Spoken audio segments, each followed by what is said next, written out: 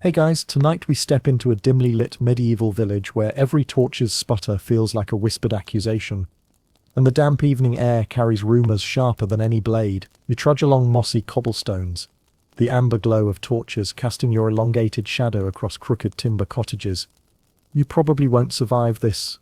Well, at least not if you believe everything you hear. So before you get comfortable, take a moment to like the video and subscribe, but only if you genuinely enjoy what I do here. And hey, where are you tuning in from? Post your location and local time in the chat now. Now, dim the lights, maybe turn on a fan for that soft background hum, and let's ease into tonight's journey together. You've heard the hushed whispers by the well, that the local midwife's knotted shawl hides secret runes, and her midnight herbal brews summon more than just restful sleep. As you peer around the corner, the torch's flames dance against damp stone walls, each flicker igniting fresh gossip. A mainstream fact, by the late 15th century, belief in witchcraft had become widespread across Europe, fueling moral panics that would last for centuries. Yet here you are, convinced that even the barmaid's wink might be coded witch speak. The village midwife herself is a slender, stooped woman, with hair like snow-dusted straw. You follow her through tangled alleys, convinced she's leading you to some secret coven's midnight gathering. Instead, she pauses at a low door, retrieving a bundle of dried herbs. The crackle of birch bark in her hand sounds like distant laughter. Maybe it is. Fringe lore holds that medieval healing women sometimes used crocodile dung as a primitive sunscreen, believing its alkaline properties shielded skin from the noonday sun. Please don't ask how they got the croc dung. Let's just say taxidermists had side hustles back then. Historians still argue whether this midwife's true talent was herbalism, or just excellent marketing. Some claim her renown spread faster than rumor of a dragon sighting. You approach, heart thudding, ready for a dramatic reveal, a secret ritual, or a magical glyph scratched on her mortar. Instead, she expertly powders a mix of yarrow and lavender, murmuring an incantation that could just as easily be a recipe for stew. You inhale the heady scent, comforting, green, like sunshine through spring leaves, yet somehow unsettling in the hush of those torchlit streets. A creaking sign overhead proclaims, "Yold Alehouse," where villagers gather to trade tales darker than a raven's wing. You slip inside, brushing past sweaty leather benches. The ale is thick and sour, but sobering enough for neighbors to whisper their fears. Livestock left barren, wells running dry, children seized by unknown nightmares. One old man swears he saw a black cat vanish into a chimney, tail twitching like a devil's semaphore. Another insists he spotted muddy footprints leading from the midwife's hut to the cemetery at midnight. Joke 1. You briefly consider asking if they've ever thought the footprints might belong to a particularly ambitious goat. Joke 2. You wonder if the cat had unionized with the goats for better working conditions. But the faces around you are serious. The kind of serious that curdles milk. You gulp your ale trying to look casual, but your knees feel like overcooked pasta. Outside, the wind picks up, rattling shutters. The torch flames gutter as if whispering secrets of their own. Someone coughs, and all heads swivel toward you. It's amazing how fast a stranger becomes a suspect. You remember that crocodile dung sunscreen. Odd that nothing in this narrative surprises you anymore. Historians still argue whether fear of witches stemmed more from social anxiety than actual devilish pacts. Here in this quiet square, you sense the argument could go either way. You decide to wander back down the main street, leaving the alehouse's warmth for the creeping chill. Each torch you pass seems to flicker with accusation. The midwife's hut, now shuttered, sits in silence like an empty eye socket. You imagine her inside, hunched over a simmering pot, wondering if villagers see her as savior or scourge. Joke 3. Maybe she's just making birthday soup and really hates small talk. As you reach the village gate, you glance over your shoulder at the torch's last flicker. You realize that in this place, every ember tells a story, and every shadow hides a rumor. Whether they blame her for failed crops or accuse her of summoning storms, one thing's clear: you're caught in a web of superstition that's as warm and crackling as these very flames. You step into the chill before dawn, the village church's silhouette, etched against a bruised purple sky. Each time the great bronze bell tolls, its reverberations roll through your bones like distant thunder. An ominous drumbeat, that summons sleepy children from their straw-strewn beds. You trudge up the worn flagstones toward heavy oak doors, breath puffing in clouds, and you probably won't survive this. Oh wait, wrong monologue. Still, those bells are enough to wake the dead, or at least someone with a hangover. Inside, shafts of grey light pierce stained glass windows, illuminating motes of dust that float like tiny spirits. A dozen ragged pews creak as nervous villagers shuffle in. A gaunt miller clutching a chipped pewter mug, a mother humming a lullaby to quiet her wide-eyed toddler, and the grizzled blacksmith, whose chainmail cloak still smells of smoke. You find a spot near the back, heart thudding. Mainstream fact: by the early 16th century, European priests routinely incorporated warnings about witchcraft into homilies, framing it as a grave sin punishable by both God and man. The priest ascends the pulpit, his robes brushing the cold stone floor. He clears his throat, and you feel the air thicken as he invokes the devil's cunning, claiming witches conspire under moonlight to sour milk, wither crops, and inflict plague upon the righteous. His voice swells. Beware the crooked finger of the sorceress who sows discord among Christian souls. The congregation gasps as children clutch their mothers' skirts. Men shift uneasily, remembering last season's failed barley harvest. Fringe lore whispers that ringing church bells at midday could scare away flying witches, so they toll 9 times daily to keep uninvited familiars at bay. You smirk, imagining a witch cancelling her commute upon hearing the lunch bell. You recall the midwife's herbal bundles flickering beneath torchlight. Could those sweet-smelling herbs sneak into these sermons as evidence of devilry? Historians still argue whether such fiery rhetoric was driven more by theological zeal or economic jealousy. After all, every witch condemned meant another healer's clientele redirected to the church infirmary. You shift, the wooden bench groaning like a disgruntled spirit. The sermon pivots. The priest brandishes a leather-bound sermon manual stamped with the image of a chained goat. He flips pages as if consulting a demonology cheat sheet, listing signs a woman's cat could be her familiar, how to spot a bewitched broom hung by its bristles, or identifying secret coded phrases grains of frankincense might really mean packed sealed at midnight. You squint. Is that the same manual you glimpsed in the alehouse? Hot off the presses from Cologne. Joke 1. You wonder if it's available on Amazon Prime for quicker delivery. Sunlight crescendos through a ruby-red window pane, splintering light into the room. Children flinch as a shaft of crimson dust settles across their hymnals. One boy drops his chant book and stares at the blood-colored beam, surely a sign of doom. The priest seizes the moment. See how the heavens mourn the sin of witchcraft. You stifle laughter, more like a crumb-loaf dinner stain than celestial tears.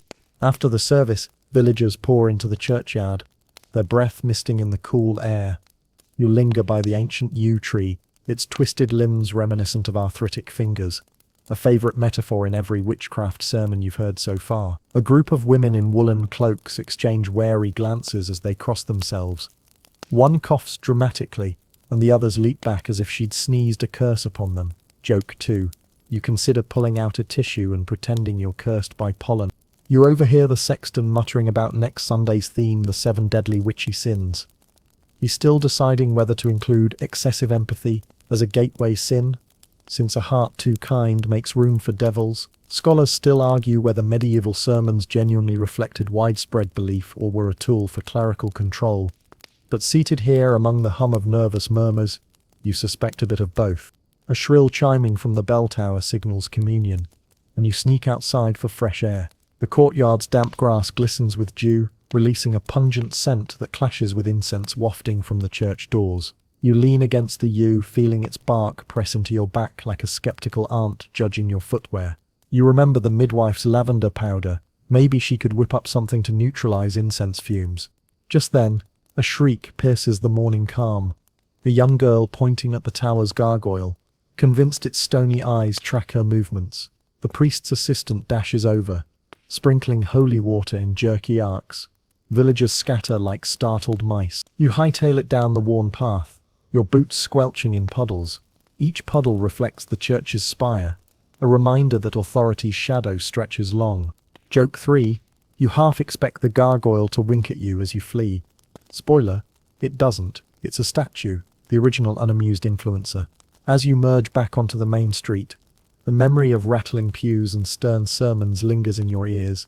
The bells have fallen silent for now, but their echoes shake your thoughts. In this age, fear is as potent a sermon as any priest's voice. You glance back at the church, its windows catching the first golden rays of dawn.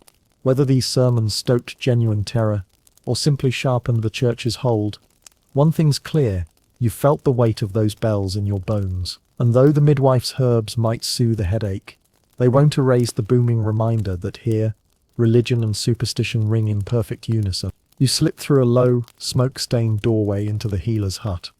Every inhale thick with the scent of rosemary, rue, and something you can't quite name, maybe powdered unicorn horn or more likely ground eggshell. The room is half lit by a single circular window, its glass tinted green as if to filter out any prying spirits. You crouch beside wooden crates brimming with dried petals and curious roots bundled in twine, fingertips grazing soft lavender heads. A mainstream fact drifts through your mind.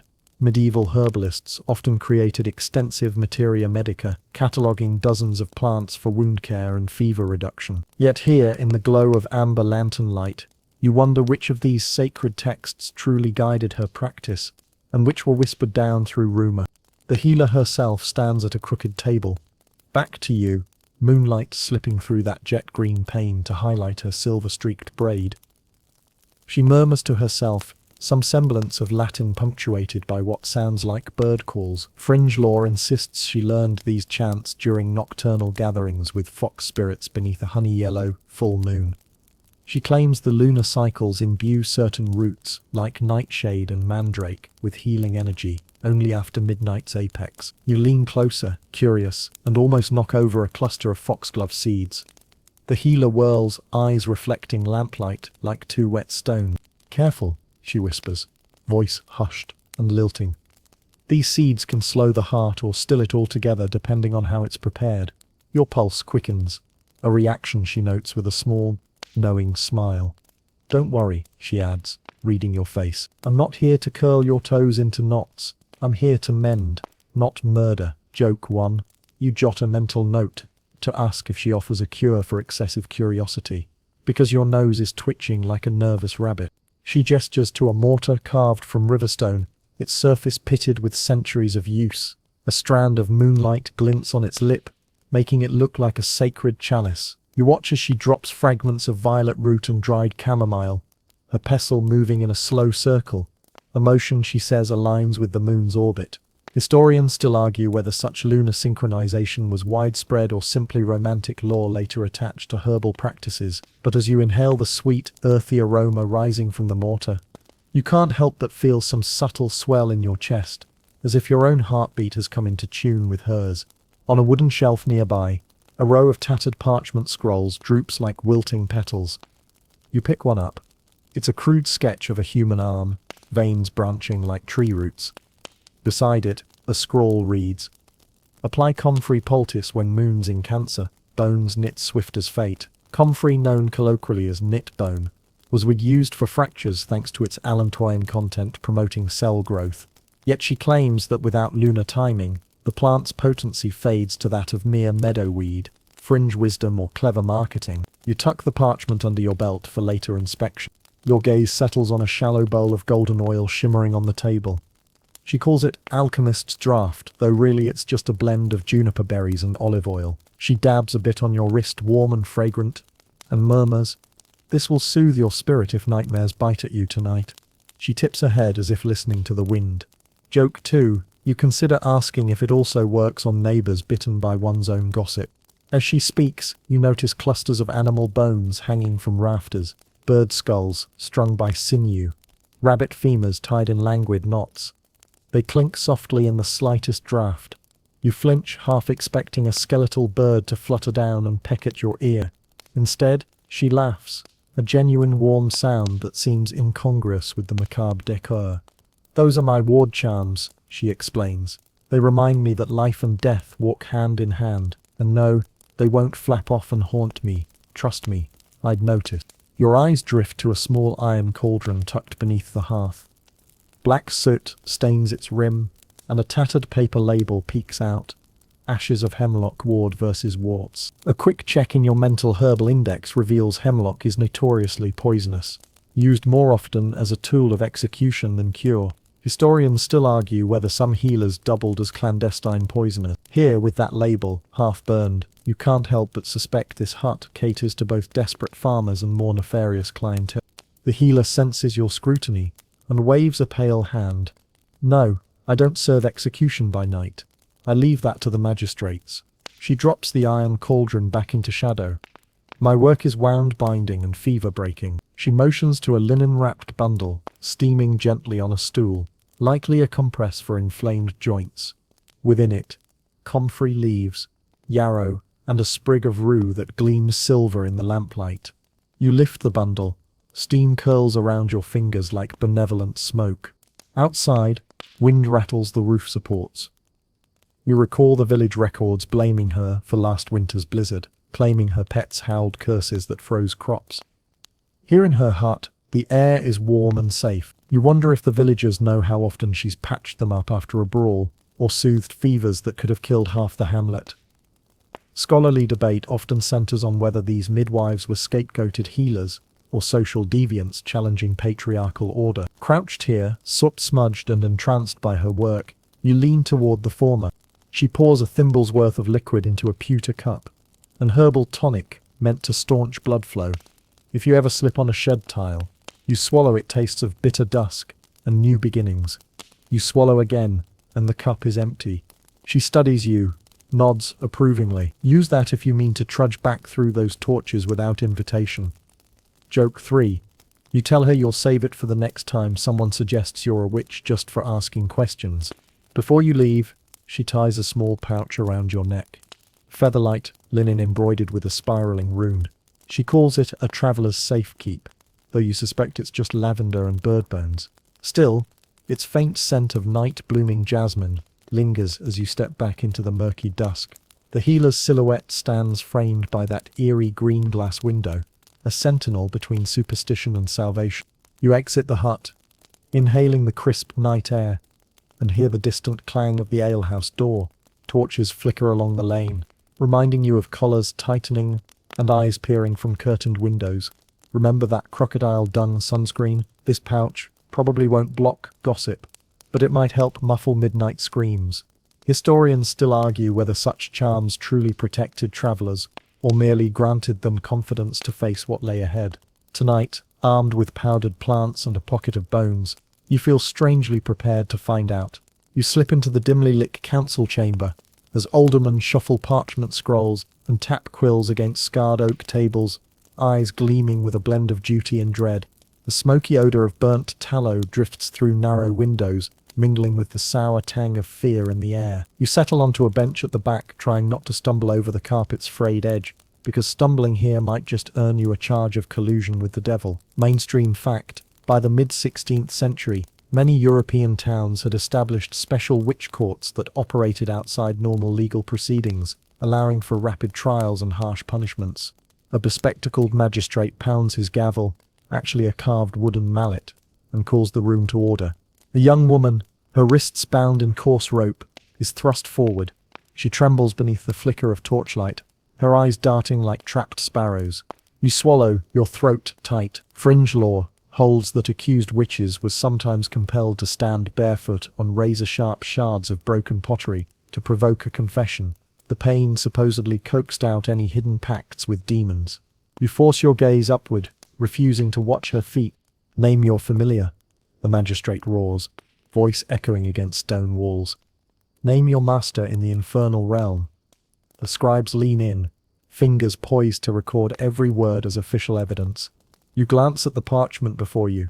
No rites read, no legal counsel offered. Historians still argue whether these courts were born from genuine concern for community safety, or served as instruments for local elites to seize property under the guise of righteousness. Here, you feel that tension coil, like a serpent beneath ancient floorboards. A priest in robes hovers beside the accused, clutching a leather booklet stamped Inquisitio Suprema, the newly minted manual that dictates every aspect of these proceedings. He flips to a diagram of a hexagonal seal. Claiming the accused used it for summoning storm spirits, he taps the picture. Behold, this sigil discovered in her cottage. You recall the midwife's green glass window and suppress a sigh. Courts seized any found symbol, no matter how common in protective charms. Joke 1. You wonder if they'd banish a baker for kneading his dough into a pentagram. The accused speaks in a voice as brittle as autumn leaves. I tend the sick. I gather nettles for tea. I do not consort with devils. Her words tumble out, uneven and urgent. The magistrate snarls. Silence. Confess or face the ordeal of water. The crowd murmurs approval, as though they're choosing the best dessert at a feast. You grip the bench, bracing yourself for what comes next. Outside, a hush falls. A hooded executioner wheels in a large wooden tub. Water sloshes against its sides, rippling like a wounded seal's skin. You feel the chill of that pale surface through the stone floor. Trial by water. The accused is bound and lowered. If she floats, it's proof she rejected baptism and allied with evil. If she sinks, she drowns, cleared only in death. A bleak paradox you almost can't fathom. You watch as they lower her in, head just above the surface. She gasps, eyes wide, as though tasting lake water for the first time. A rope creaks. The magistrate declares, see how she bores to the surface. The woman's dress balloons, lifting her like a sinister balloon animal. The crowd cheers. Verdict delivered. Her lips form a silent scream as the executioner hauls her up, coughing and shaking. Jokes wilt on your tongue. They wrap her in coarse blankets and lead her away to face the stake. You feel the room spin. Justice here is a performance pieced together by fear and scripted procedure. Fringe accounts claim some executioners would zap the accused with heated pokers first, ensuring they didn't suffer long at the stake for efficiency's sake. You shudder at the thought. A young jurist approaches you, cheeks flushed. You there, he whispers urgently, leaning close enough for you to smell boiled cabbage on his breath. You're a stranger, what brings you to witness this spectacle? You steady yourself. I seek understanding, you reply, voice softer than you intend. He nods gravely. Then watch closely. This is the model for all courts in the shires. You scribble mental notes. No advocates permitted. No rule of evidence beyond superstition. No mercy for those who sink and drown. Something about it stinks more than the rain-slick streets outside. Historians still argue whether these local designs were improvised or based on Roman legal texts, repurposed by clerics hungry for control. From your vantage, it looks less like law and more like a midnight play writ in terror. As the next accused, a gaunt man with a patch over one eye, is ushered forward, you notice his collar is embroidered with faded fleur-de-lis, likely a former soldier. He steadies himself, chin raised. One brave judge demands he recite the Lord's Prayer backward. Failing, that proves guilt.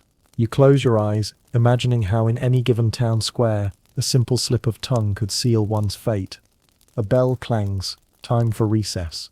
The magistrates disperse to a side chamber for private deliberation. You slip into the corridor, where guards break out meagre bread and watered wine. You bite into the crusty loaf, dry as old parchment, and sip the thin vintage. Across the hall, a clerk stamps documents with a red seal. Another soul condemned already forgetting her name in ink and wax. Joke 2. You wonder if they'll sell those sealed parchments as decorative wallpaper to commemorate the event. Recess chatter drifts through the open doorway. Talk of crop failures blamed on the accused. Talk of exorcism fees paid by widows. Talk of property confiscations that might pad municipal coffers. Your chest tight. These trials aren't just about purging evil. They're about wealth, power, and communal anxieties distilled into spectacle. Back in the main chamber, the priest rereads the charge. Maleficium pactum cum de manibus, corruptio animarum. He slams his fist on the table. You note that maleficium simply means doing harmful magic. What villagers labelled nightshade concoctions or protective charms. The fine line between healer and heretic hinges on who holds the gavel. Scholarly debate continues on whether maleficium indictments were more often about social envy than real harm. Here the debate dies under the echo of the gavel. The gaunt soldier recites his prayer flawlessly forward and backward, stumbling only on an Agnus. A gasp ripples through the crowd. He's deemed innocent. The judge gestures to the guards. Release him. The man yawns, straightens his coat and strides out, fist pumping like a champion. Villagers clap him on the back. You marvel at how quickly solidarity flips to spectacle. You rise to leave as the next victim is hauled forward. Your legs tremble. You've seen enough.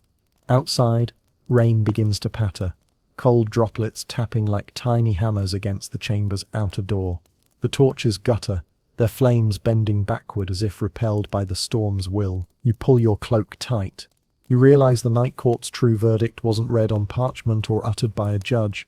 It lives in the terrified whispers of the crowd and the hollow echo of those paddles cracking on knuckles. Joke 3. You consider suggesting they trade the ordeal of water for a dunk in the alehouse trough. Safer, quieter, and at least it would dull the memory. As you step into the rain-sodden street, thunder rumbles overhead. Each flash of lightning reveals the dark shapes of that chamber, looming behind you. You press on, heart pounding, knowing you've witnessed a terrifying theatre of justice born of superstition and seized by power. And though the next courthouse in the next shire might claim reforms, in moments like this, you grasp that fear remains the greatest magistrate of all. You step onto the muddy village green at dawn's pale blush, the damp earth cool beneath your sandals as you approach a roped-off pool of murky water. Your breath catches. The surface ripples in slow circles, reflecting lantern light from torches that shudder in the gentle breeze. You probably won't survive this, in the sense that explaining it later might get you branded as a romanticizing storyteller. So hush your nerves and lean in. A hush falls over the assembled crowd. Farmers in threadbare tunics, children with knotted rags for cloaks, and the local blacksmith whose soot-streaked face usually hushes gossip with a wink. Today, he watches with grim fascination. A rough-hewn wooden scaffold holds a plank, extending over the pool like a narrow bridge to destiny. You recognize this trial by water. A mainstream fact tells us that between the 15th and 17th centuries, water ordeals were sanctioned in parts of Europe as proof of witchcraft, rooted in earlier church law that deemed unholy things rejected by the pure element of water. The accused, a stout widow named Marga, wiggles her bound wrists at the plank's edge. Her flaxen hair glints with droplets, and her grey shawl flutters like timid wings. She stares at the pool, eyes wide, as the bailiff tightens the rope around her arms. Fringe law contends that some accused witches carried hollowed-out swan's quills filled with quicksilver, hoping the metal's density would fool them into sinking, though the logistics of smuggling mercury past guards remain dubious at best. The bailiff barks an order. Step forward. Marga's bare feet slap the plank. You flinch at the sound. The board sags under her weight. Another reminder that a single misstep could prove fatal. You recall the midwife's traveller's safekeep pouch rattling at your neck. Would that charm ward off a cold dunk? Historians still argue whether trials by water were actual church-sanctioned tests, or regional folk customs co-opted by witch hunters. But standing here, you sense they had more to do with public spectacle than fair justice. A murmur courses through the crowd as she perches at the plank's end. The bailiff brandishes a ladle, scooping water to demonstrate its purity. He tips it back, and you catch the bitter tang of cold mist as droplets spray your face. You lick your lips. It tastes like a fresh spring, inviting and cruel. Do you admit your covenant with the devil? He calls, voice echoing against stone walls of the nearby chapel. She remains silent, head bowed. The crowd presses closer. Children clutch at mother's skirts, eyes shining in the low light. You think of the crocodile dung sunscreen. If only there were a crocodile pond here to help her swim. Joke 1. You imagine someone shouting, "She floats! Summon the local beastmaster to retrieve her," as though waterborne witches require exotic capture teams. The bishop's red robe flutters behind him as he steps forward, chanting a blessing over the pool. The bailiff produces a length of rope, knotting it at Marga's elbows with expert speed. The coarse hemp bites into her skin, sending her shoulders rising painfully. You gasp at the friction. No cushioning between humanity and hemp. She swallows, gaze fixed on that dim reflection of sky and torchlight. One guard offers her the chance to confess before the plunge. Marga's voice quavers. I tend wounds. I mend roofs. I have never consorted with demons." A hush deepens. Even the wind seems to pause. "Then you shall prove your innocence," the bailiff declares. He signals the executioner to lower her. The plank wobbles. You hold your breath as Marga leans back, ankles dipped, then slides into the water. The pool swallows her with a wet roar. water lapping at the wooden sides. You hear her gasp beneath the surface. Bubbles float to the top like morning candles. The crowd's murmur swells. Some whisper prayers, others cheer. A farmer nudges his wife. See how she floats. The witch scorns baptism. Under the surface, you imagine Marga's skirt billowing around her. The ropes tug at her elbows, uncomfortable, the cold searing at her lungs. Historians still argue whether rope bindings were tightened to manipulate buoyancy, a cruel tweak to ensure the accused stayed afloat. But here, pliant ropes and tethered wrists feel sinister. Above water she bobs like a deflated doll. A cheer erupts, innocence by death's own hand, or guilt confirmed by elemental law. The bailiff nods at the executioner, who hauls her up with a sudden yank. She coughs and shivers, arms aching, as the rope digs red into her flesh. The torch flames wink at you, as if this performance pleases them. Marga stands dripping on the plank. The executioner signals. She floats. Burn the witch. A drum roll of footsteps echoes as 2 guards seize her arms. You swallow a lump in your throat. Floating meant guilt, and guilt meant fire. Joke 2? You wonder if they'll at least roast chestnuts on the coals afterward. Popcorn might attract demons after all. The bishop kneels, hustling a crucifix and murmuring absolution that won't save her tonight. They march her to a nearby pyre, stacked with driftwood and old wagon wheels. Smoke curls from damp logs awaiting the spark. Marga's eyes burn brighter than any flame, but she says nothing. Her breath mists in the cold dawn air. Before the match is struck, a commotion stirs. The constable kneels beside you, hissing, "You there, stranger, go fetch the midwife's charm. Perhaps she can grant us mercy tomorrow." He jostles you toward the alley. Your heart hammers. Reading such desperation carved by superstition is unsettling. You pivot, nearly colliding with a scarecrow figure draped in rags. The hanging crow's skull tied around its neck cawes in the grey light. You shiver, picturing those same bones strung in the healer's hut. No doubt, the midwife's charms helped heal after burns and cuts here, though. They might grant some posthumous peace to a condemned soul. You sprint to her door, boots squelching through rain-softened soil. Torchlight guides you, every flicker steeped in urgency. The healer emerges, cloak swirling like a passing storm. Eyes wide in torchlit concern. She grips her mortar, a defensive stance you understand too well. Wait, you pant. The widow? She floats. They will burn her. We need your poultice, your herbs, your soul-soothing draught. She considers you, grave and serene. Then we must challenge fear itself, she whispers, sweeping herbs into a bread loaf for the guards. Armed with floral-scented bread, you return to the pyre as the match is tossed. Guard hands shake as you push forward, breaking the circular ring of villagers. The healer strides beside you, chanting low Latin that vibrates the air. The crowd recoils uncertain as she offers the loaf and sprinkles lavender and rue. The guards bite, their hard faces soften. They hand the loaf to Marga instead of the bishop's cross. Confusion ripples through the crowd. The accused receives mercy from herbs, not flame. A hush overtakes the morning sound. Scholars still argue whether individual acts of compassion ever halted trials en masse. But here, at least a single moment disrupts the ritual. Marga's lips tremble as she tears off a chunk of bread and crumbles it on her tongue. You exhale, feeling the tension leave the air like smoke dissipating.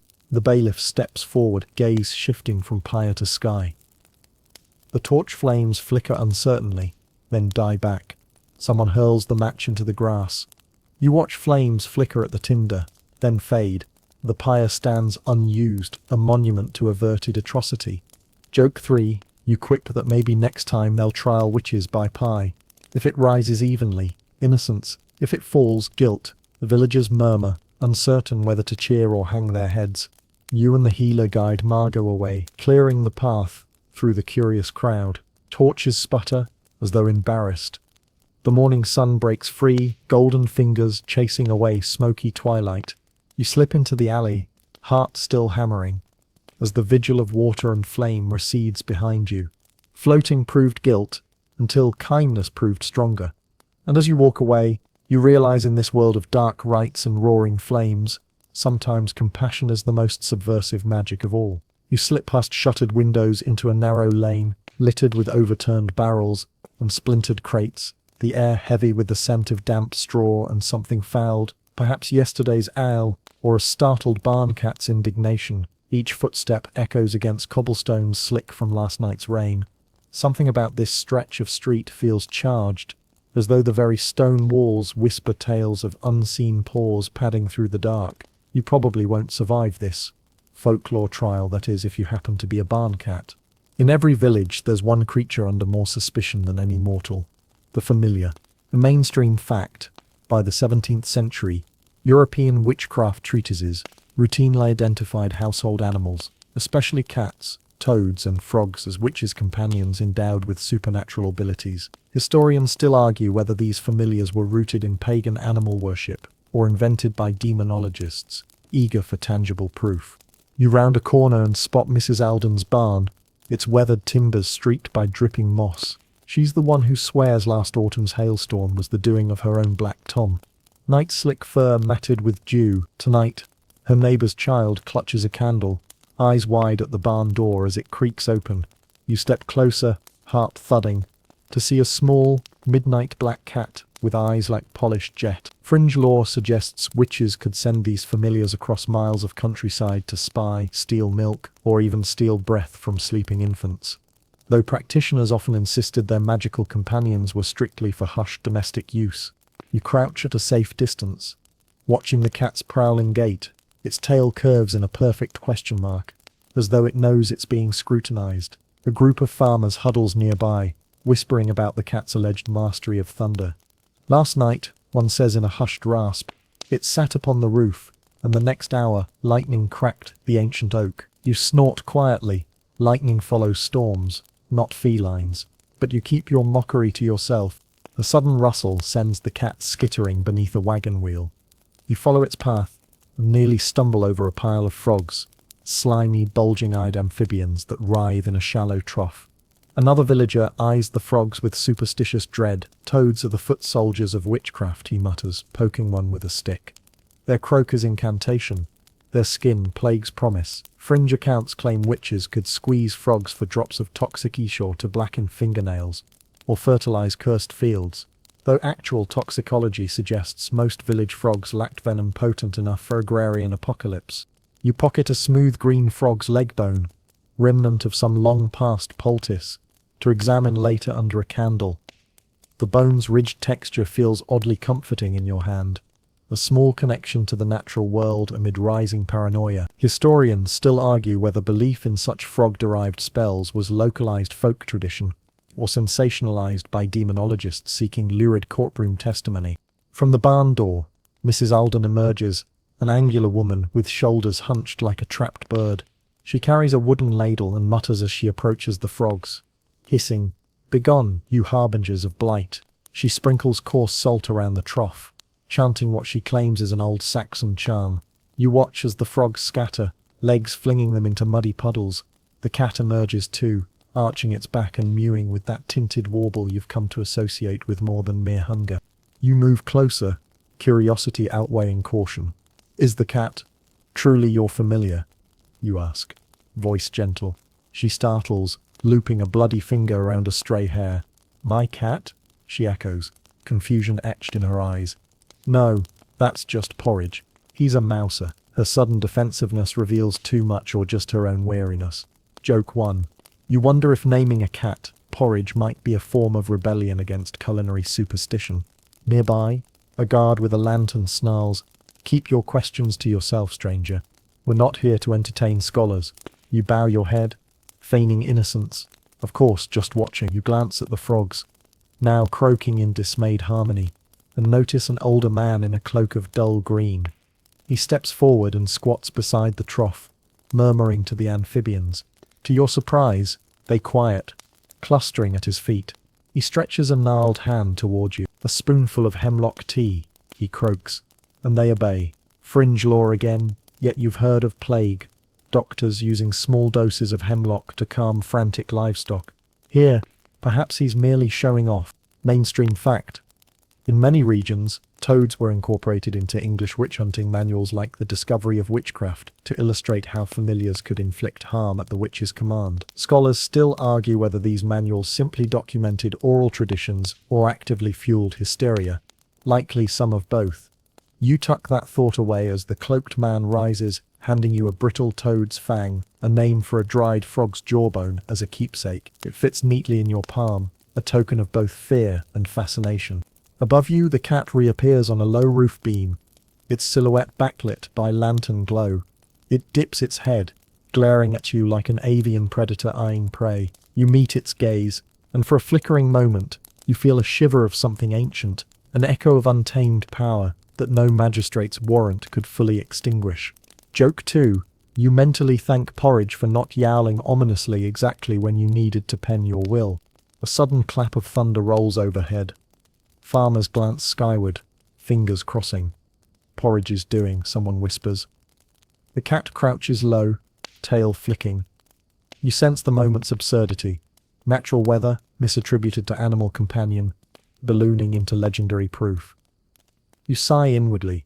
A tattered boy, no more than 10, scuttles toward the trough with a bucket of cold water. He splashes the frogs, eliciting a chorus of croaks, so loud it drowns out the thunder. The crowd hollers, some cry, "Blessed," others bewitched. The boy grins, splashing again. His luminous eyes flash with mischief, innocence, and maybe a touch of defiance. He reminds you that the line between playful curiosity and destructive superstition can be perilously thin. You pocket the fang, nod to Mrs. Alden, and slip away from the trough. The cat watches you go, tail swishing in slow acceptance. As you pass under the eaves, a drop of rain lands on your cheek. Cool and real, not magical. Historians still argue whether belief in familiars served to demonize harmless creatures or to channel communal anxieties onto convenient scapegoats. Looking back, you suspect both, blame assigned to cats and frogs. Eased villagers' fears of inexplicable calamities. Joke 3. You joke that if Porridge ever writes his memoirs, he'll clarify that lightning really is just electricity, not feline artillery. You step onto the main road, the trough's murmur receding behind you, and realize that in this world of whispered curses, a cat's purr can be as potent as any demon's growl. You duck into a half-lit scriptorium, its wooden shutters swung shut against stray daylight, and the scent of fresh parchment and ink greets you like a scholarly handshake. A single oil lamp spills yellow light across a broad table stacked high with identical leather-bound manuals, hot off the Gutenberg presses of Cologne. You probably won't survive this quick flip-through without a crick in your neck. But the temptation is irresistible. These pages promise every sleepy magistrate an infallible guide to sniffing out broom-riding brigands. You lift the top volume. Its cover bears a snarling goat's head embossed in brass leaf. The title etched in Gothic script, Malleus Maleficarum. Mainstream fact.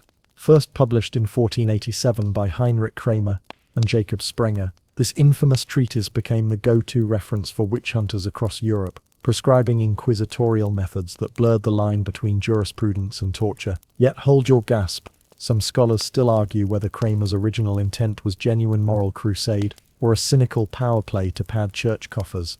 You crack the spine. Binder's glue creaks like a reluctant confession. Page 1 drips with melodrama.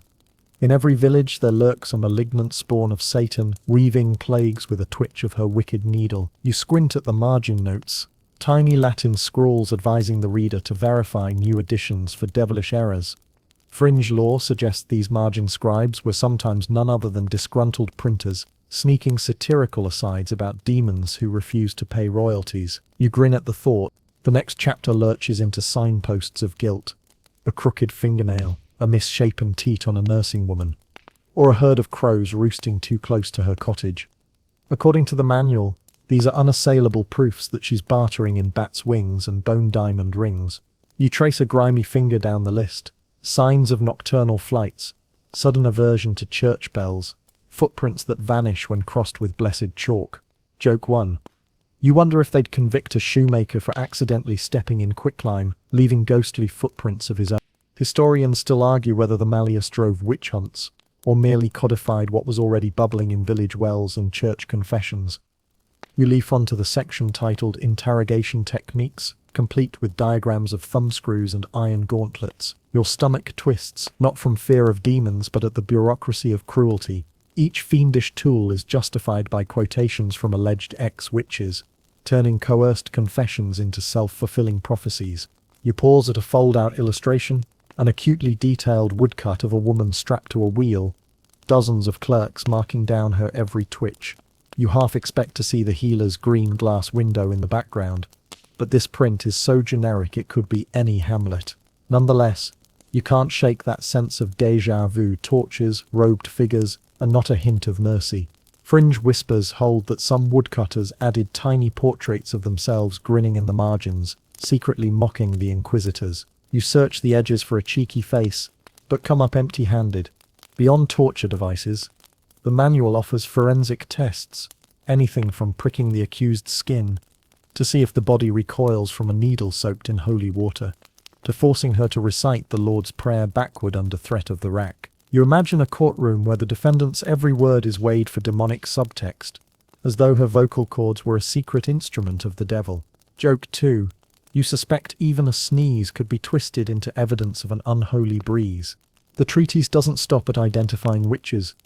It prescribes disposal methods too, advising clerics to burn with due solemnity, so as to inspire heartfelt warnings in neighbouring parishes. The text even includes a handy liturgy for the flames, a few verses in Latin, a sprinkle of holy water on the pyre, and a final hymn to stir the righteous fervour of onlookers.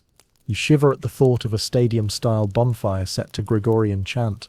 You tuck the manual under your arm and move to a nearby shelf where later editions rest, their spines stamped with correction lists and appended testimonies from overzealous inquirers. One 1520 reprint boasts an extra chapter on Elizabethan flight patterns, complete with crude graphs charting suspected broom speed versus wind direction. Fringe researchers have speculated these graphs were an early attempt at meteorology, though most agree they were simply an excuse to ride editing fees. Historians still argue whether these successive editions reflect real developments in demonology, or merely served the printer's bottom line. You flip to a footnote by one Dr. Sigismund, an obvious pseudonym, who advises readers to consult local midwives for tincture recipes to loosen tongues before interrogation. A small, defiant part of you blushes at the notion that your favourite healer's lavender poultice might have made an unwitting appearance in these instructions. A whisper behind you draws your attention, a robed clerk sharpening a quill with slow strokes. He's newly arrived from Rome, bearing word that Pope Innocent VIII himself endorsed the manual's next revision. You catch his eye as he slides a fresh vellum sheet onto a press. "Marvellous business," he murmurs. "Sorcery sells." The ink flow hisses on the parchment. You nod, grimly acknowledging that the machinery of fear is as efficient as any mill wheel by the river. Leaning against the workbench, you admire the rhythmic clank of type blocks resetting. In this buzzing hive of ink and paper, you realize how quickly Superstition was mass-produced and disseminated. No longer whispered by rickety alehouse rafters, but printed in tens of thousands of copies, marching onward like a demonic legion. Joke 3. You muse that if only they'd printed a How Not to Ban Broomsticks pamphlet, it might have slowed the hysteria. Before you depart, you open one last section: liability and property confiscation. It outlines how towns can legally seize the accused's land, livestock, and pewter mugs, provided the mayor certifies the verdict with a blood-red wax seal. You stare at the fine print, a clause promising half the proceeds to the bailiff who diligently carries out holy justice. Your jaw clenches as you recall the midwife's hut and the widow Marga's near execution. The manual's glow seems less divine and more akin to a ledger of profiteering. You close the book with a soft thud, the echo of turning pages still humming in your ears. In the lamp's flicker, the brass goat's head glints with a new menace. Not the devil incarnate, but the industries built upon his name. You slip the treatise back onto its shelf, careful not to disturb adjacent volumes on demonology, lunar astrology, and counter-magic. Before stepping away, you pause to consider how words once scribbled in Latin scrolls could mutate into mass hysteria, enshrined in print. As you ease the scriptorium door open, torchlight spills across your path. The night seems unchanged, but the world beyond these walls and the minds within them are forever altered by those printed pages. You tuck your chin against a sudden breeze that rattles the shutters and carry with you the weight of 1,000 voices screaming in ink. You mount your mare at dawn's first grey glow.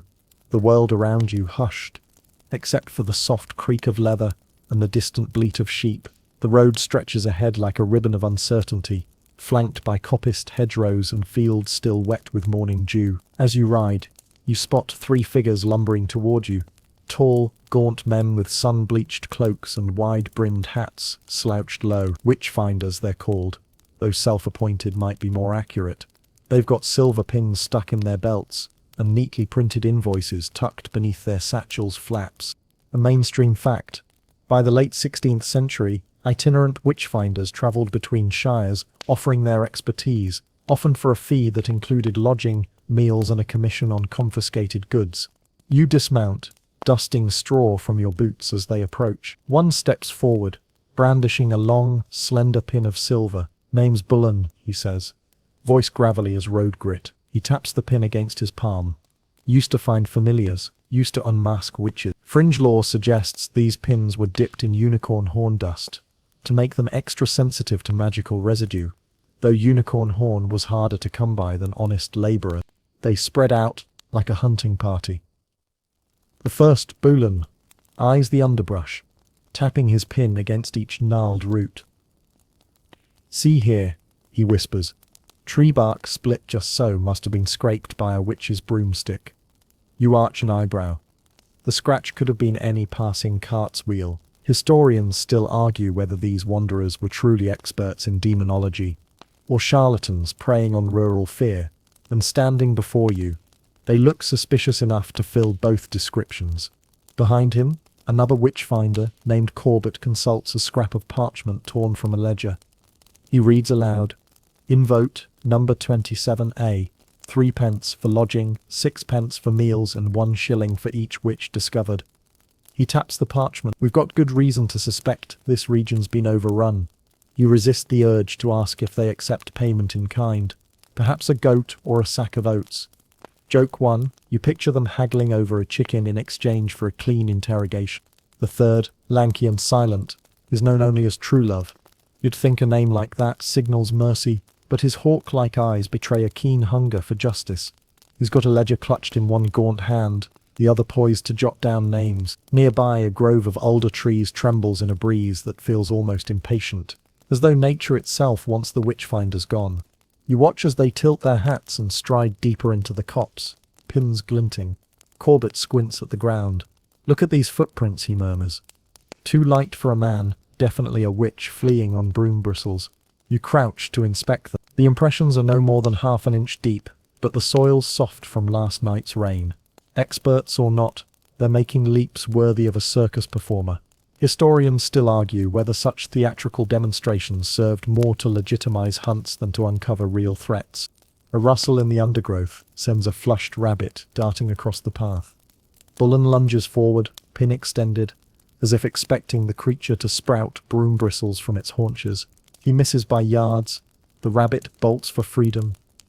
You stifle a laugh. Joke 2. You quip that you haven't seen such zeal since the last time someone tried to catch a chicken with a harp. They regroup beneath an ancient oak, its knotted limbs forming a natural cathedral. Corbett produces a rectangular piece of chalk and draws a circle around Truelove. "Spell circle," he intones. "No demon may enter without our say-so." He steps inside, the chalk line crisp beneath his boots. "Now," he says, turning to you, "we test you. You're an outsider. We must be sure you haven't charmed yourself under a glamour." You raise your hands. "I curse only poor puns," you reply, voice light. True Love smirks. "Recite the creed backward," he demands. You hesitate. Creed and red. A moment's slip could earn you a branding iron.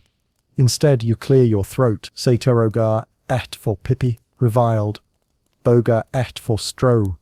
You trail off, realizing you've mangled it so badly it sounds like a goblin's lullaby. The witchfinders exchange looks of stunned amusement. Bullen mutters to Corbett. He's either innocent or the cleverest devil in cloaks. Pleased with themselves, they move on, leaving the chalk circle and a few discarded lanterns behind. You pocket one lantern, nodding a silent farewell. The day warms as you remount, the road glittering with sunlit dew, but you can't shake the memory of those silver pins, shiny symbols of authority in a land where fear carved deeper furrows than any plough. As you ride on, you pass a cluster of cottages where smoke curls from chimneys and chickens peck in dusty yards. The Witchfinders detour toward the nearest hearth. You hear Bullen announce, "Mind your hearth fires, good folk. Keep silver pins handy. Safer than an archbishop's blessing." A woman leans from a window clutching her shawl. You notice her necklace, a simple iron horseshoe hung upside down. She whispers to the Witchfinders, "Iron wards against fae and witches, some say." They nod gravely, adding it to their list of evidence. You drift ahead, wondering how many innocent hands have labored to forge those very horseshoes. Historians still argue whether such amulets drove genuine belief in witchcraft or simply gave villagers a comforting talisman in times of hardship. The irony doesn't escape you. They'll collect scraps of iron and shards of chalk, yet ignore the steady pounding of real hardships like famine and disease. The sudden gust rustles a tattered banner above the village green, where folk are gathering a makeshift pillory. You glimpse the Witchfinders stepping into the square, heads high, as a farmer presents a scrap of fabric stained with blood. They're already at work asking questions in that same soft but insistent voice, probing for names of accomplices, jotting down whispered confessions. Behind them a knot of villagers leans forward, hungry for spectacle. You turn your mare and slip away, heart heavy. The hunt moves on, caravan of dread and ink-stained invoices in tow, promising to root out devilry wherever coins can be collected. Joke 3. You think that next time they should bring ledger-sized brooms to sweep up their own mess. The road behind you shimmers in the late morning light, the Witchfinders' silhouettes growing small as they vanish among the hedgerows. You ride on, leather reins warm against your palms. In a world where fear rides shotgun, you realize the real magic might be staying one step ahead of those eager to pin guilt on empty shadows. You slip into the backlit barn where the night court's torches bleed golden light across earthen floors strewn with straw and the low moans of the accused. Your boots sink into damp hay, releasing a pungent scent of sweat and fear that clings to your nostrils. The air is thick, too thick to breathe comfortably, weighted by the promise of broken wills and the crackle of coals yet to be lit. You probably won't survive this confessional marathon, that is, unless you master the art of feigning incomprehension. In the center, an iron brazier glows orange, casting long, jittering shadows across the rafters. A battered wooden bench faces it, where 3 trembling figures huddle beneath a low beam. A spinner accused of spinning fate itself, a widow blamed for her late husband's sudden fever, and a farmhand whispered to have danced with demons under a blood moon. Mainstream fact: magistrates sometimes used firelit confessions in the 16th and 17th centuries, illuminating suspects by flame to heighten anxiety and ensure every twitch and stutter was magnified as evidence of guilt. Historians still argue whether the use of open flame was a deliberate psychological tactic or simply a pragmatic choice to light windowless interrogation rooms. You edge closer, careful to stay in the shadows where the firelight can't spotlight you. A grim-faced inquisitor crouches before the spinner, brandishing a red-hot poker. He presses its tip into a block of wood, letting embers drift like dying fireflies. Fringe law swears that devils loathed pure iron heat, so if a suspect flinched, it was proof of secret devotion to infernal hosts. You squint, the spinner's face already glows cherry red in the brazier's roar, her eyes wide as coffin lids. The inquisitor leans in, voice as smooth as melted wax. "Tell us of your midnight gatherings. Describe the angle at which your coven's torches danced." The spinner's lips part as though ready to speak, but her tongue tangles. You notice her hands tremble so violently that her woolen sleeve flutters like a bat's wing. You swallow, recalling the healer's lavender draught. Just a whiff might steady her nerves. Joke 1. You think how convenient it would be if someone handed out stress balls. Medieval monks probably would have called them demon squeeze stones. Instead, the inquisitor tightens his grip, flicking ash into the spinner's hair until she gasps, voice cracking. "We met by the old well, my familiar. A black ferret summoned moon-melted cheese to feed the imps." Her confession tumbles out, absurd yet tragic. Behind you, the inquisitor's assistant records every syllable with a quill that squeaks like a tortured mouse. The widow shifts on the bench, face pinched with anguish. When her turn comes, the assistant lights a slender taper, its flame trembling as she begins. "The devil came in a scarlet cloak. His lips tasted of violets and sin. He promised me freedom from grief in exchange for 1 cup of my late husband's blood." Mainstream fact: Many confessions in witch trials included florid, eroticized descriptions of diabolical orgies and devilish lovers, likely influenced by demonological literature rather than actual events. Scholars still argue whether these lurid narratives reflect genuine belief or were stories planted by interrogators to justify their methods. The widow's voice quakes, inhaling the scent of gut-churning incense, burned to purify the chamber. You catch a whiff of frankincense, so thick it clings to your tongue. As she continues, you realize her story grows more elaborate. Dancing goats in the dead of night, cheese wheels melting into pools of blood, a chorus of impish giggles echoing from the walls. You watch the Inquisitor's eyes gleam, a performance of righteousness fueled by every shudder she utters. You close your eyes briefly, picturing the frustrative tedium of scribing such fantastical claims by candlelight. A shaft of pale moonlight filters through a narrow vent, capturing floating dust motes like wayward spirits. A farmhand's voice drifts from the bench's far end. I drank a potion of mandrake root and flew over the hedgerow, where demons bit my heels until dawn. Fringe lore insists mandrake's fumes could indeed induce hallucinations, mostly about one's heel being gnawed, but the hallucinogen hypothesis hasn't convinced everyone. Historians still argue whether mandrake was a cure for melancholy or simply a poison masquerading as medicine. Joke 2. You mentally volunteer to be the royal guinea pig for mandrake tea, solely for scientific purposes, of course. The farmhand sighs and collapses into sobs, his broad shoulders shaking. He unmasks a bruise along his cheek, claiming inquisitors struck him when he hesitated. The bench's rough planks press into your palms as you steady yourself so close you can feel his tears spatter like thin rain. You realize the spectacle before you is less about truth and more about storytelling. Each confession is a tighter twist of rumor and fear.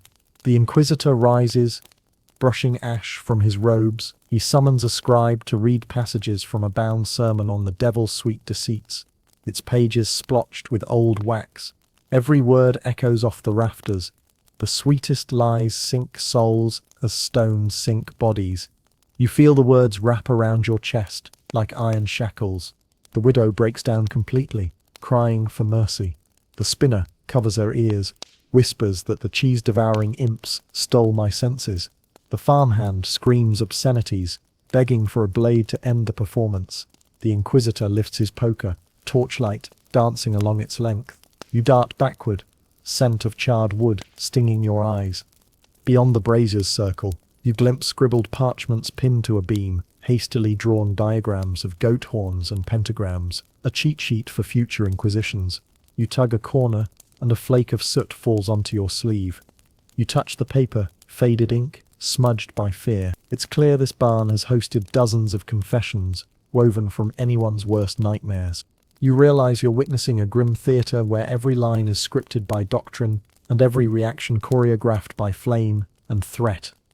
The line between genuine remorse and coerced performance dissolves in the heat. You grip your cloak and slip toward the door, lull of the confessions still ringing in your ears. Just as you reach the threshold, the Inquisitor's voice follows. Ensure their words ripple across every hamlet. Let no mind escape untainted by fear. The barn groans, as if in agreement, and the embers in the brazier flare one final, mocking salute. Joke 3. You wonder if someone will later print pamphlets titled How to Spot a Confession, a bestseller among terror hucksters. You step out into the cool night, the high walls of the barn receding behind you. In the hush, you hear ghostly echoes of those firelit tales, each confession a twisted mirror reflecting the court's cruel artistry. You breathe deeply, the chill damp hay scent fading, replaced by crisp midnight air. Whether any shred of truth survived these sessions is doubtful. But what remains is the scorching imprint of fear itself, an inferno kindled not by devilish power, but by human hands, hungry for control. You slip back into the cramped study where rows of leather-bound tomes lean like reluctant sentinels against grimy shelves. The air is thick with the musk of aging parchment and spilled ink. Candlelight flickers across marginalia scribbled in shaky hands, each note a fragment of terror passed from one scholar to the next. You probably won't survive this deep dive into devilish dairy, unless you've a stout heart and even stouter interest in butter. A massive folio lies open on a slanted lectern, the Compendium Daemonorum, a a 5098 Roman edition bound in dark vellum. Mainstream fact. Many 16th century demonology manuals included mundane proofs of witchcraft, citing everything from failed crops to spoiled milk as evidence that witches conspired with demonic forces. Here, nestled at page 3042, you find the chapter on Dairy Maleficia, complete with woodcut illustrations of churns turned awry. Historians still argue whether such manuals reflected genuine belief in supernatural sabotage, or simply codified rural superstitions to bolster clerical authority. You trace a finger along the text. When cream refuses to thicken and butter be lean as water, know that a malicious spirit hath visited the churn. A crude engraving shows a goat-headed demon hovering over a turned-over churn basket, its tongue flicking toward a lump of butter. Fringe lore suggests some peasant women actually blamed hedgehogs, known butter thieves, for smoothing out milk, then invoked sacred charms to ward off their prickly paws. You shiver at the idea of midnight hedgehog hunts. The next section is worse. Should curds congeal in queer shapes, resembling horns or crossbones, one must suspect occult intervention. You recall Mrs. Alden's barn cat, and the farmer's frogs. Now here, shapes in cheese grant guilt. Joke 1. You imagine someone insisting their cheddar wheel formed a smiling goat's head, and next thing you know, the local cheesemakers at the stake. Beside the folio rests a slim pamphlet titled Verdictum Lactis, printed by a Strasbourg theologian who insisted butter churns required daily exorcism rites. You flip through instructions to sprinkle holy water and recite the Lord's Prayer thrice over each vat. A marginal note in French reads, "Reminds me of washing dishes, endless and thankless." You grin at the clerk's weary wit. You lift a smaller volume, Arcana Pastoralis, its pages scribed in copperplate script. Under signs of satanic churning it lists, butter that tastes flat as a graveyard. 2. Cream that weeps blood-red whey. 3. Milk that clots into shapes of inverted crosses. Mainstream fact. Official inquisitorial guides sometimes recommended tasting butter and cream to detect malefic magic, though in practice most assessments came from rumors of neighbors sharing lumpy milk. Historians still argue whether these sensory tests ever held up in court, or were simply theatrical flourishes to terrify villagers. A candle gutter snuffs out. You relight it, the flame sputtering like a guilty witness. Across the table, an open ledger holds notes from a 1603 trial. Butter failed to churn thrice on sacred days. Accused confesses to nocturnal flights with 9 cats. The clerk's handwriting loops like serpents. A quick sniff of the ledger, musty, with a hint of rancid dairy, makes you wrinkle your nose. Fringe accounts claim some demonologists sniffed bowls of soured milk as proof of sinister activity, but most probably just wanted an excuse to avoid breakfast duty. You pause, remembering the healer's lavender poultice, surely preferable to these dairy diagnostics. You slide the ledger aside and reach for a nearby tome. Testamentum Maleficorum, adorned with a sun and moon clasp. You open to a chapter on unholy buttermakers. A diarist writes, "I once witnessed 5 churns stand empty, as though witches had stolen both milk and butter in a single night." The entry ends with a parenthetical, local midwife implicated. You tense, another nod to the healer's precarious reputation. Joke 2. You muse that perhaps these unholy buttermakers merely slept through milking time. Less dramatic, but infinitely more plausible. You scribble a mental note to ask the midwife if she's heard any more about missing churns. On a shelf overhead, you spot a dusty scroll tied with a fraying ribbon. Pestilentiarum curvi. It unfurls to reveal a diagram of a churn encircled by runes. Text instructs villagers to carve protective inscriptions, combining Latin and Old High German around their dairies. Fringe lore argues these runes were sometimes gibberish, spliced from discarded parchments by superstitious scribes. You chuckle softly. If you were a conspirator, you'd sneak nonsense into every line to keep inquisitors guessing. As you lean back, the lectern creaks. Time to sample the local produce. A silver bowl sits at the edge of the desk, filled with a pale, oily substance. The label reads Test Batch, butter blessed by Bishop. You steel yourself and dip a finger in. It's smooth, creamy, and faintly sweet. Nothing like the watery offense described. You flick a small drop onto a scrap of blotting paper. It absorbs normally. You breathe a sigh of relief and lick your finger clean. No demonic residue detected. You glance at a footnote. Should butter pass this test, record as vindication, else prepare to indict the churner. A chill runs through you. This test elevates everyday tasks into litmus tests of moral purity. Historians still argue whether dairy maleficia became a punchline in later centuries, or continued to inspire genuine fear here. The candle's glow suggests both. A low murmur drifts from the study's doorway. You peer out. A pair of clerics enters, murky robes swinging, one clutching a basket of fresh milk. They head straight for the verdictum lactis. Eager to confirm tonight's butter bout, you step aside, letting them inspect the pages, and sniff the margins. The lead cleric murmurs, "Ensure the milk is from yesterday's yield, not today's. Fresh milk bears no taint." You note their zeal. Some rituals fail for lack of proper timing. You slip around the shelves, pausing at a window so small it barely admits moonlight. Outside, torches flicker across the courtyard where villagers still whisper of the midwife's safe-keep pouch and the widow's miraculous reprieve. A distant bell tolls midnight, an unintended reminder that these dairy doctrines echo across every aspect of life here.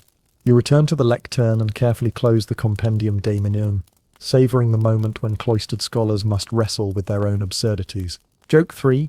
You imagine a future scholar writing a chapter on Buttergate scandals of the 16th century, featuring tearful churners and smudged fingerprints on every parchment. Before you leave, you carve a small notch into the edge of the compendium's binding, your quiet signature on this chapter of superstition. The candle gutter flickers again, as if acknowledging your mark.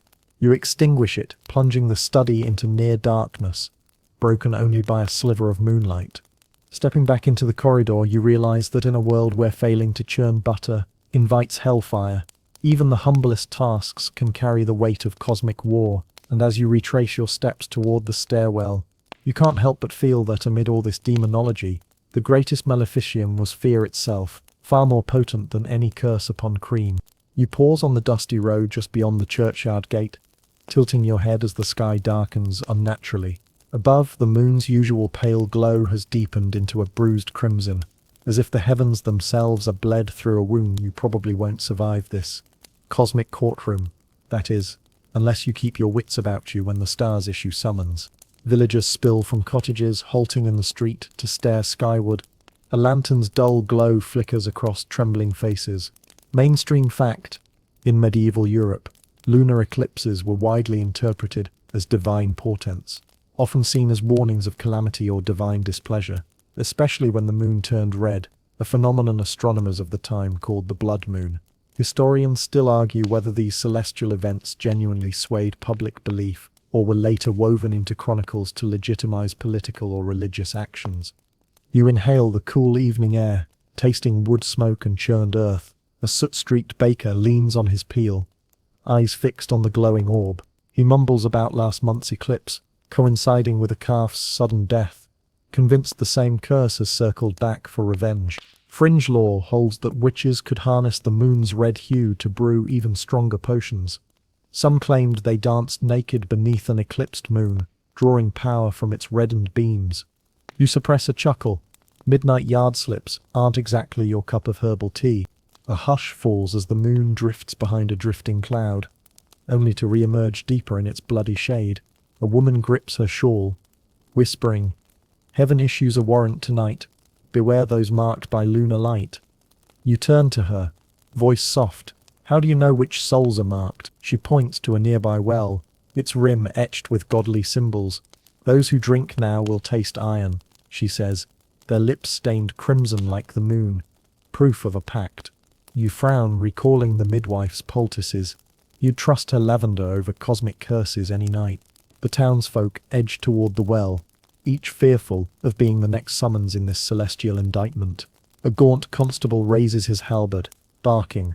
No Kafuran may slake their thirst at this hour. Kafuran, the local dialect for suspected witches. You arch an eyebrow. Suspected criminals aren't usually barred from public wells. Yet here, superstition trumps law. Joke 1. You quip that perhaps they'll install "No Witches Allowed" signs next, though you doubt the petty town council has those in their budget. A small boy scampers forward, curiosity outweighing caution. He cups his hands to catch well water that glints red in the moonlight. He hesitates, tasting a single drop. His face contorts. Like sour wine, he shrieks, stumbling back. The crowd gasps. Proof, they whisper, that the moon taints the earth itself. Historians still argue whether traces of iron or algae could naturally redden well water during certain months. But here in the square, speculation bows instantly to fearful certainty. You notice the constable stepping aside, offering his own leather flask to the boy. The lad grips it, hesitating, then drinks. His grimace melts into relief. Tastes like yesterday's brew, he declares. Nothing more than fermented barley. The constable nods, lifting a hand. See, only the cursed tongue recoils. The crowd murmurs approval, but you detect doubt flickering in a few eyes. Above, the eclipsed moon shifts again, revealing a sliver of pale ivory at its edge. A chorus of frogs in a nearby marsh croaks as though in celebration or protest. Fringe tradition claims that on a blood moon, toads imbibe lunar magic, their croaks transforming into potent incantations. You glance at the barn cats slinking along the fence. Porridge would have none of that nonsense. As the moon wanes from blood back to silver, villagers kneel in makeshift prayer. Torches flicker in a slow wave, as if casting a net of hope over the square.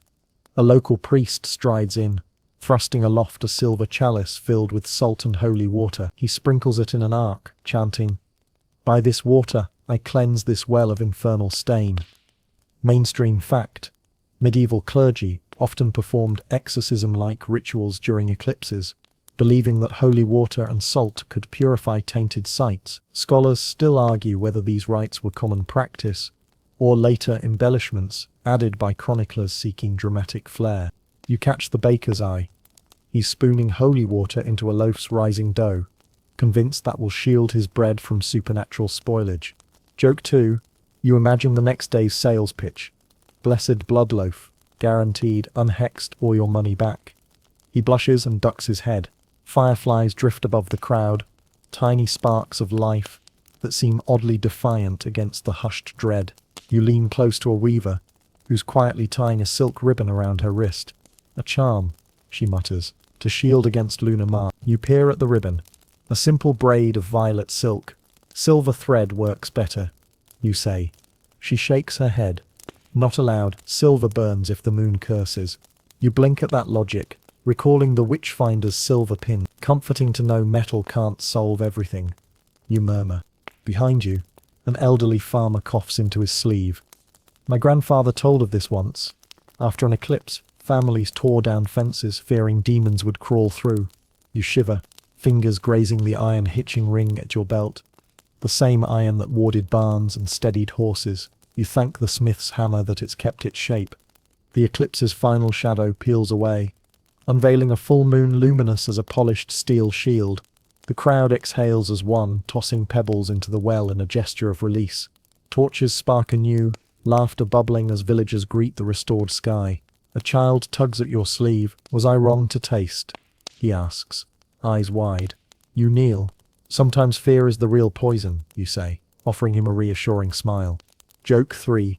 You quip, next blood moon, we'll host a village bake-off, blood orange scones. Anyone. He giggles, and the tension fractures like ice underfoot. As villagers drift back to hearths, you remain by the well, watching reflections shimmer on its surface.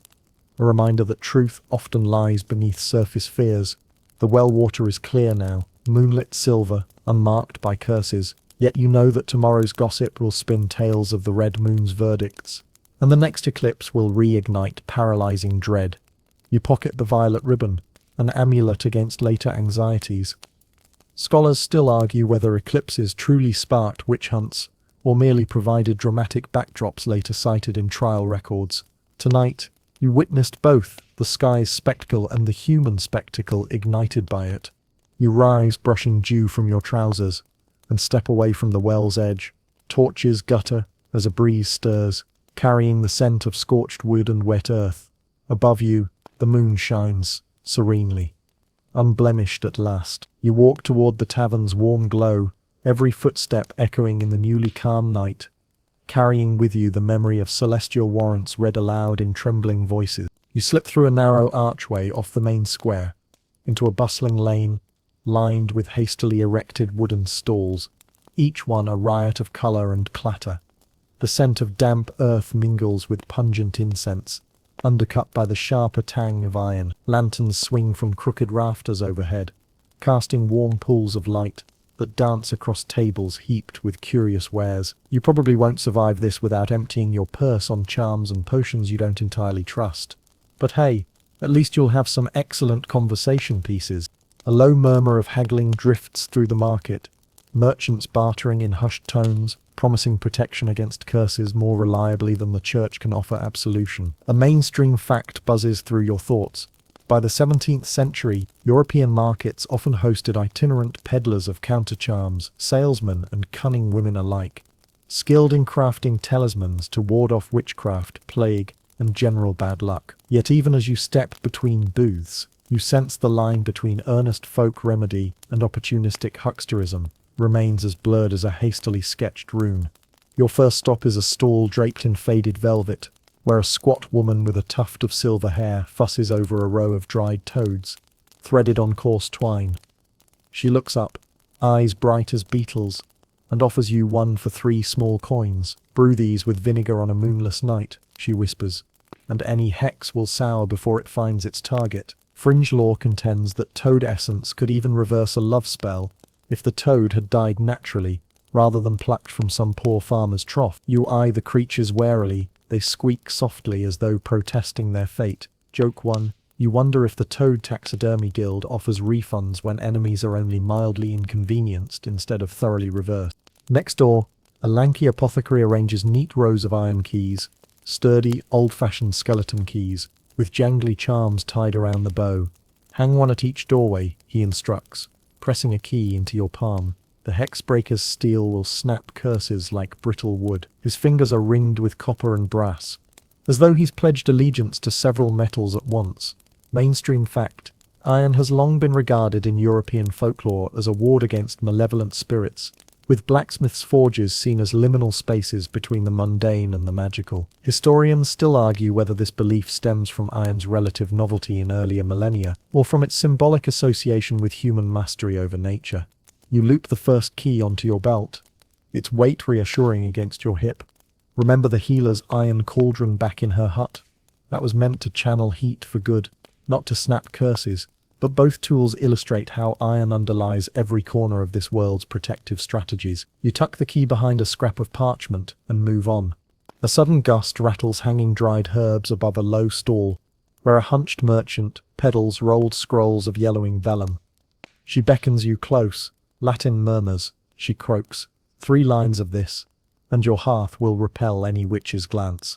You lean forward, squinting at the cramped script. Protego ignis et umbra, repeated in looping Gothic letters. Fringe accounts claim the merchant stole the text from a stolen prayer book, but no matter, it sells. You cup the scroll reverently, picturing yourself whispering these words if the alehouse crowd ever turns on you again. Mainstream fact: charms inscribed with Latin invocations were widespread. Though in many rural areas buyers didn't understand the words, they trusted that Latin, as the church's language, carried inherent power. Scholars still argue whether communities genuinely believed in the efficacy of these scripts, or merely accepted them as fashionable talismans in an age of uncertainty. You nod, considering that buying a comforting object may count as half the battle won. You pass a barrel of bright yellow flowers, dried marigolds that resemble miniature suns. The vendor insists they were grown in consecrated soil near a pilgrimage site. "Burn these at dusk," she says, "and they'll blind any watching spirit." You pinch a few petals, inhaling their musty sweetness. Joke 2. You picture a guard sniffing the smoke and exclaiming, "By St. Dunstan, I feel refreshed." Across the lane, a pouch stall beckons. Strings of crimson leather pouches, stuffed with finger-length toad bones, grain of frankincense, and a single strand of human hair. A tall man with an ominous grin helps you pick one. "Tie it round your neck," he says, "and you'll sleep untroubled, even if nightmares prowl the village." You feel the pouch's weight, the bones rattling like distant bones tapping out a warning. Mainstream fact: combining organic ingredients, hair, bone, herb into charm pouches was a common practice in folk medicine, believed to create a sympathetic link between wearer and protector. Historians still argue whether these pouches were primarily preventive or intended as reactive cures to perceived afflictions. You drape the pouch under your shirt, its rough leather pressing against bare skin. The clatter of bones reminds you of the healer's hanging rabbit. Femurs. Both evoke life's fragile boundary with death. You rub the pouch's leather, a small comfort against phantom breezes. In the center of the market stands a roaring brazier, around which a circle of wooden crates serves as benches for a storyteller weaving tales of hexed virgins and black-hearted warlocks. You slip onto a crate, jar clinking at your side, and listen as she recites instructions for crafting an anti-witch wreath of rowan twigs, garlic cloves, and poplar bark soaked in salt water. Fringe lore adds that placing such a wreath above doorways keeps both witches and miscreants at bay, though some villagers swapped garlic for onions when in a pinch. You smile, remembering the farmer who blamed his rat problem on displaced witches. He probably stuck an onion wreath on his barn. The storyteller's voice lilts like a lullaby, each sentence a promise of safety. You note eager faces, wide-eyed children clutching smaller versions of the scrolls you saw earlier. Joke 3. You imagine the next generation having rowan tree farms, turfs rented by frightened families. Beyond the brazier, you spot a small wooden kiosk offering hex insurance policies, annual subscriptions guaranteeing relief within 40 days if your charm fails. A clerk waves you over. Ledger open. Premium, 1 shilling per household. Coverage theft, poisoning, spectral assault, mainstream fact. Quasi-legal contracts promising compensation for supernatural harms did appear in some towns, though enforcement varied and claims rarely paid out. Scholars still argue whether these contracts served as genuine consumer protections or elaborate scams, capitalizing on fear's market value. You leaf through the policy. Small print notes, exclusions, no coverage for curses cast before policy inception, and claims subject to review by 2 licensed exorcists and 1 parish clerk. You balk, imagining weeks of red tape while a curse slowly withers your livelihood. You close the policy with a sigh, better to keep your coins for more tangible defenses. As dusk settles, lanterns bloom along the lane like fireflies. You glance back at your haul, a dried toad, an iron key, a Latin scroll, a pouch of bones. Each piece feels oddly empowering, a tactile challenge to the panic that grips the village. Historians still argue whether such counter-charms truly reduced witchcraft fears, or simply repackaged them as consumer goods. You suspect a mix of both comfort and commerce entwined, like the twisted cords on your pouch. You stand, hefting your satchel heavy with purchases, and step toward the market's exit, where the healer waits, arms folded. She surveys your collection and nods approvingly. Charm markets thrive, she murmurs, because fear is the coin merchant's deal in. You clap her shoulder, gratitude warming you more than any toad brew ever could. Outside, the night air is cool, scented with distant pines rather than incense. You pull your cloak tight, the weight of your new talismans clinking like distant laughter. As you walk away, torchlight from the market's archway reclines behind you, casting long shadows across the road.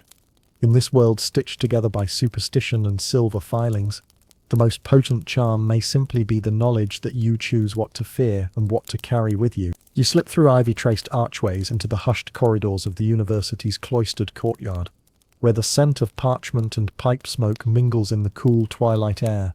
The gargoyle-studded walls seem to murmur with centuries of argument as scholars pace beneath torchlit alcoves, feathered quills clutched like dueling rapiers.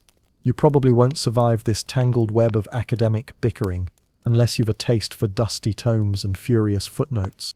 A mainstream fact: by the early 17th century, European universities such as Bologna and Cambridge had chairs dedicated to natural philosophy that grappled with phenomena like comets, eclipses, and unexplained outbreaks, topics increasingly linked to witchcraft in public discourse. Tonight, the same debates spill from lecture halls into moonlit walkways, each assertion sharpened like a scholar's dagger. You pause behind a cluster of oaks, listening as 2 professors in midnight blue robes lean close, voices low but urgent. One brandishes a leather-bound journal.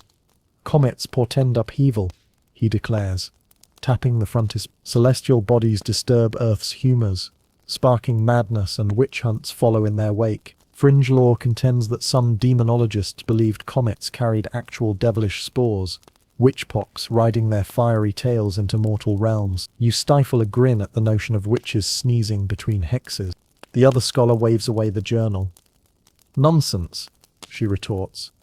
It's not skyborn curses, but our daily bread fermenting too vigorously.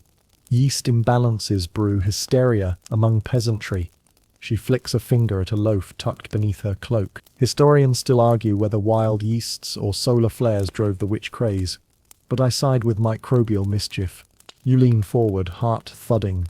You almost knock over a fallen acorn, but catch, from a nearby bench, a student scrawls notes on vellum, his quill racing like a sparrow's flight. You read over his shoulder. Comet wildfires versus yeast overgrowth. Evidence from parish records inconclusive. Scholarly debate still swirls over whether climate anomalies, economic stress, or theological panic fueled witch hunts. But here, intangible microbes square off against blazing sky marks. A third scholar emerges, flute tucked under his arm, and clears his throat. "Permit me," he says, voice soft but insistent. The truth lies in societal imitation. Witch panics spread like epidemics. Social contagion more than cosmic or crusty bread. He traces patterns on a chalked diagram. Circles of moral panic radiating from one village to the next, like ripples. Fringe accounts whisper that he once staged mock trials in lecture halls, complete with students acting as accused witches, to map outbreak dynamics. You inch closer, keen to catch every syllable. In the lamplit courtyard, their debate unfolds like a three-movement masque. First cosmic terror, then microbial revolt, then social mimicry.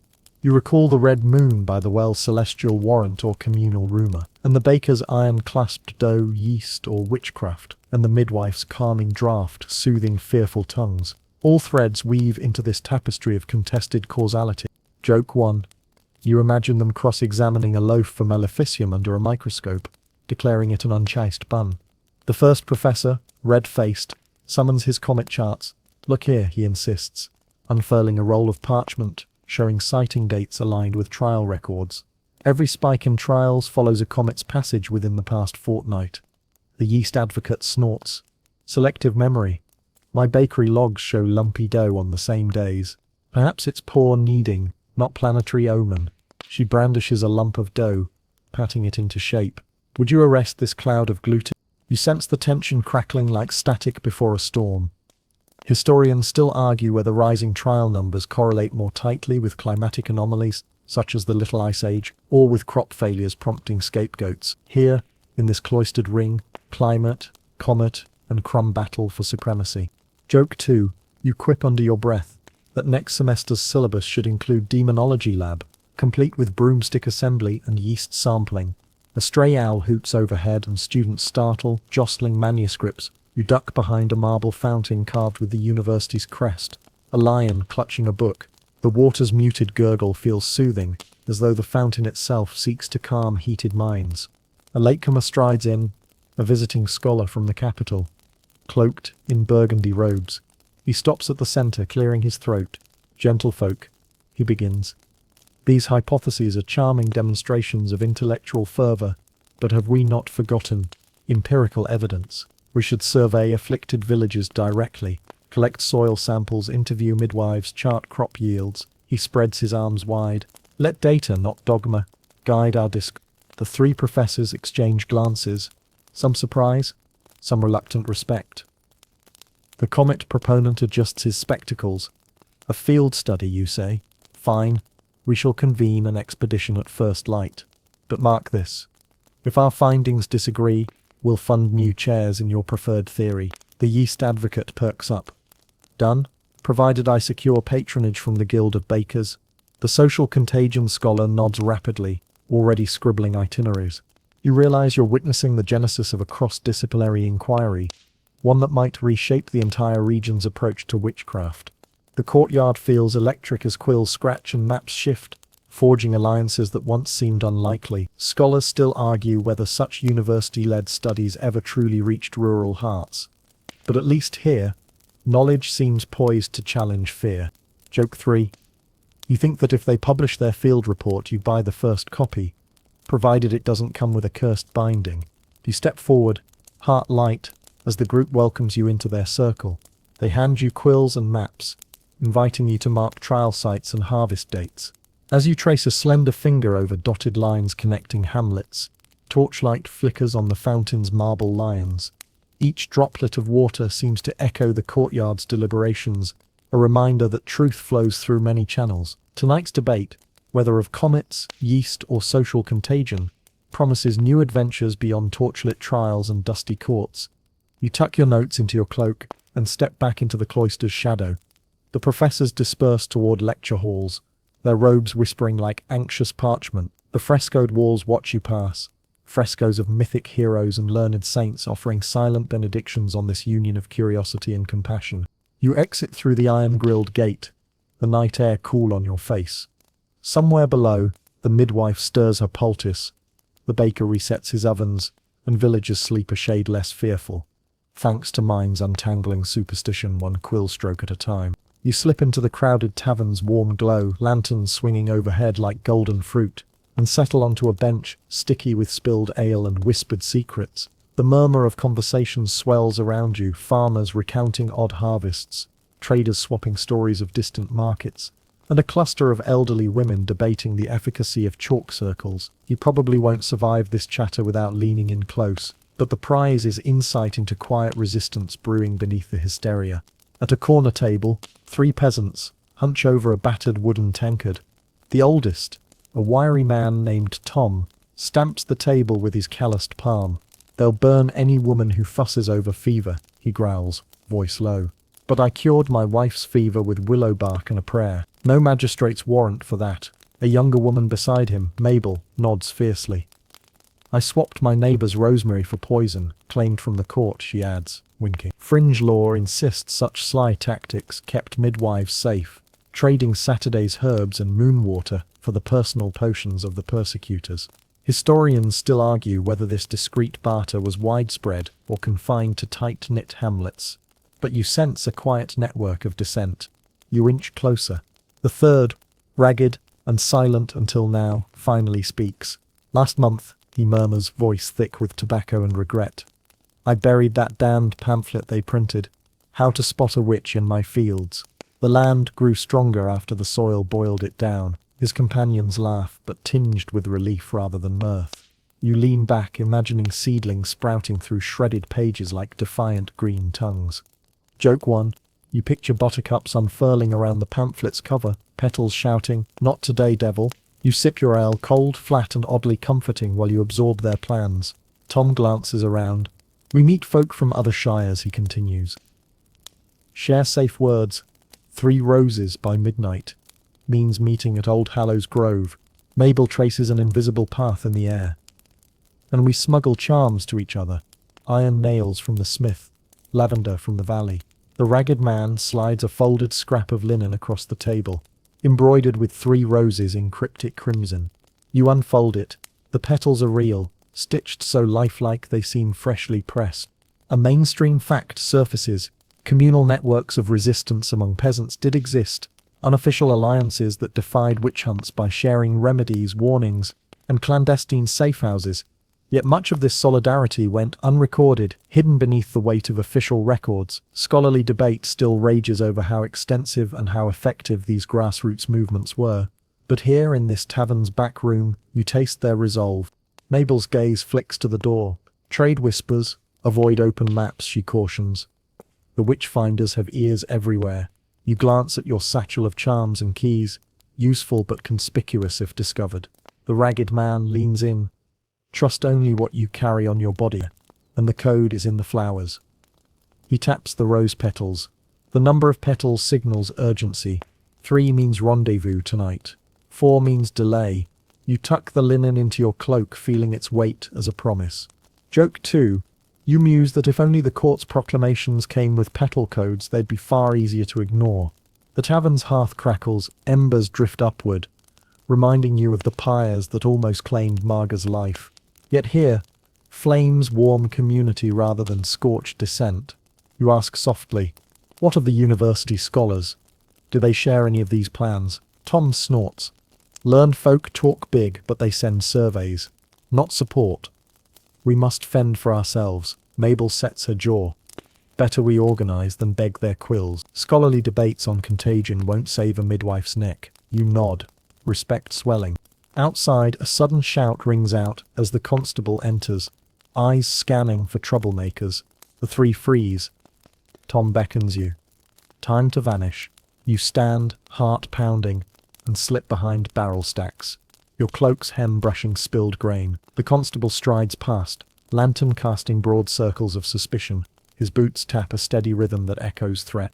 Moments later, the three emerge, laughter suppressed but triumphant. Mabel tucks the linen beneath her blouse. The ragged man wipes soot from his sleeve and quips, "Nothing like a near miss to keep the blood flowing." You follow as they slip a back door into a narrow alley, where moonlight pools at your feet. Tom turns. "You've a choice. Join us, or keep to your own path." His eyes challenge you, fierce with purpose. You feel that same surge of empathy that guided you through trials and markets, through lunar omens and inquisitorial darkness. You slip the key from your belt and hand it to him. "May it guard your doors," you say. He places it in his coat pocket, nods solemnly. Joke 3. You whisper, "Just don't try to open medieval padlocks with it. It's more symbolic than functional." He laughs, a deep, warming sound. Under the low arch of the tavern's back exit, you part ways. Mabel presses the rose-embroidered linen into your hand. "Should you need us?" she murmurs. "Unfold it by the old yew tree." You touch the soft fabric, feeling its calm hum. As you step into the quiet street, the tavern's warmth recedes, replaced by silvered rooftops and distant hoot of an owl. Each window holds a lit hearth, families huddled against fear with whispered charms of their own making. You walk toward the healer's hut, heart swelling with the knowledge that solidarity can glow as brightly as any torch. Behind you, the tavern door closes, muffling laughter and resolve. Ahead, a path guided by hidden codes and quiet courage unfolds. In a world ruled by terror and trial, it is the humble networks of resistance, the whispered safe words, the shared remedies, the rustling of rose petals, that may outlast every printed manual and every flame. You wander down a sunlit corridor of the county courthouse, its flagstones worn smooth by years of hurried feet, and you sense the hush of change in every arching beam. The scent of polished oak mixes with parchment, official records replacing whispered rumors as the currency of justice. You probably won't survive this. Hang around long enough to see Superstition's swan song. But if you do, mind your step or the past may trip you up. In the council chamber ahead, you glimpse senior jurists poring over case files rather than demonology manuals. A mainstream fact.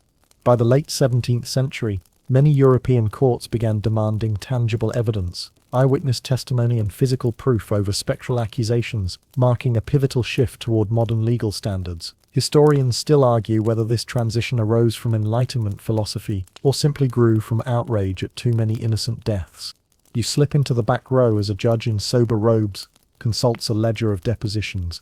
The accused today is a stooped grandmother, fingers knotted with arthritis, her shawl patterned with faded roses, the very motif you once saw coded as a resistance symbol in the tavern. Fringe law noted that some elder women claimed broomless flight, insisting they only dreamed of leaving their bodies to comfort neighbors at night. You stifle a smile. No midnight chases here, only midnight knitting. The judge clears his throat. "Review the witness," he says, voice steady as a metronome. A stern-faced bailiff presents sworn statements. "She uttered strange words at the well. I saw her stirring night candles at high noon. Her cat's shadow danced on my barn wall." The clerk shuffles through parchments, stamped with precinct seals. You trace the fine hand that wrote credible no beside each claim. You remember the siege of ink and flame you witnessed in the brazier-lit barn, confessions wrung by fear, and marvel at this calmer scene. Here, each rumour must stand up to cross-examination. Joke 1. You almost expect them to ask the cat for a signed statement. The grandmother rises, voice quavering. "I tend my garden and pray at dawn. I never utter curses, only prayers for the sick." The judge nods, leaning forward.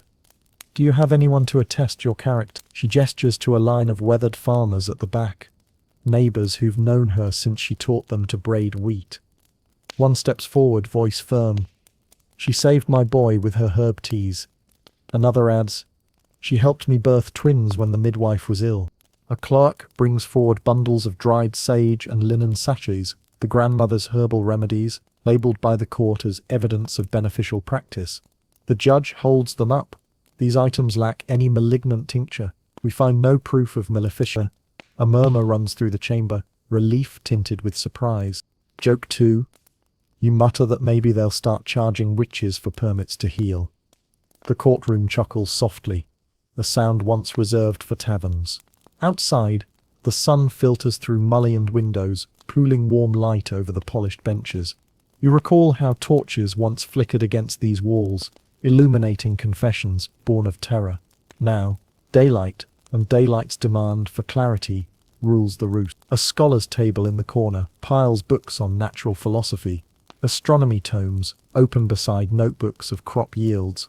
Scholars still argue whether this embrace of rational inquiry truly ended persecution, or merely drove it underground, but you see its mark here. As the verdict is read, not guilty, due to lack of evidence. The grandmother clasps her hands, tears glistening. The judge presses a parchment to his desk, sealing it with wax. It's an official exoneration, a tangible symbol of justice reclaimed from superstition. You realize this seal means more than mercy. It warns would-be accusers that baseless charges carry penalties. You slip out into the courthouse foyer, where banners now proclaim rule of law over fear. A clerk hands out copies of the new legal code. Its preface declaring that spectral evidence is inadmissible. You accept a copy. Its heavy weight a reminder that progress can be as substantial as stone. In the adjoining hallway you pass a youthful clerk doodling in margins of an old Malleus Maleficarum, crossing out entire paragraphs with red ink. Fringe rumors tell of these defaced volumes circulating in secret libraries, a quiet rebellion against their dark legacy. You pause, tracing the scrawled lines. No longer law. You tuck the doodle into your pocket, a keepsake of transformation. A breeze drifts in through an open window, rustling leaflets that flutter like liberated birds across marble floors. You recall the market stalls where charms once sold briskly, now replaced by tables of legal pamphlets, advising citizens of their rights. Mainstream fact, pamphleteering shifted from demonological fear-mongering to citizenship guides, reflecting broader social shifts toward individual legal protections. Historians still argue how rapidly these ideas permeated rural life, but you see the seeds sprouting here in the courthouse gardens beyond.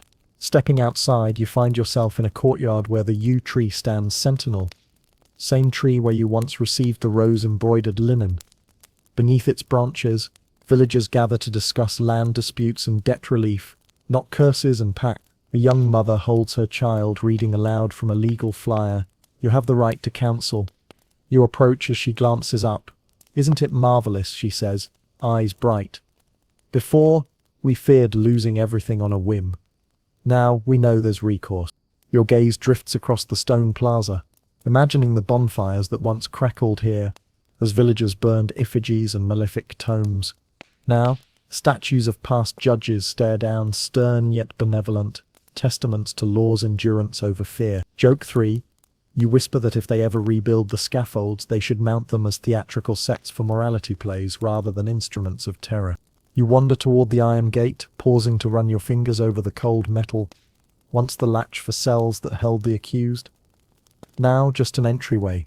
Each hinge bears a patina of years, echoing both suffering and survival. You realize superstition's slow crumble was neither sudden nor absolute, but it carries weight in every hinge, every seal, every margin defaced. As you step into the bright afternoon streets, you carry with you the echo of a grandmother's exoneration, the scratch of red ink on dog-eared pages, and the murmured promise that evidence, not omen, will light the path forward. Whether this shift fully uproots centuries of fear remains debated among scholars. But standing here, you feel certain of one thing: superstition's power wanes when human compassion. You wander through the hushed streets as twilight settles, lanterns flickering like watchful eyes above doorways draped in black and orange. Each carved pumpkin's grin seems a little too knowing, as though centuries of superstition wink through candlelight. You probably won't survive this walk with your rational mind entirely intact. These shadows carry echoes of accused witches and whispered curses long since debunked. In every aisle of modern Halloween fare, you glimpse mainstream fact made garish. By the 18th century, fear of real witches had subsided into folklore. Yet superstitions lingered in children's games, folk tales, and even fashion. Yet here you are, pausing before shop windows where plastic brooms and pointy hats flaunt those old anxieties as festive finery. Remember the midwife's safekeep pouch? Pressed under your shirt in section 3, now you see tiny lavender sachets sold alongside novelty witch's brew coffee mugs. Fringe tidbit. Some local artisans still swear they dip candles in fairy wax harvested at the vernal equinox to ward off bad juju, though most chemists scoff that it's merely tallow mixed with floral fragrance. Historians still argue whether these seasonal charms originated in genuine folk practice, or were a marketing ploy by toy makers eager to profit from nostalgia.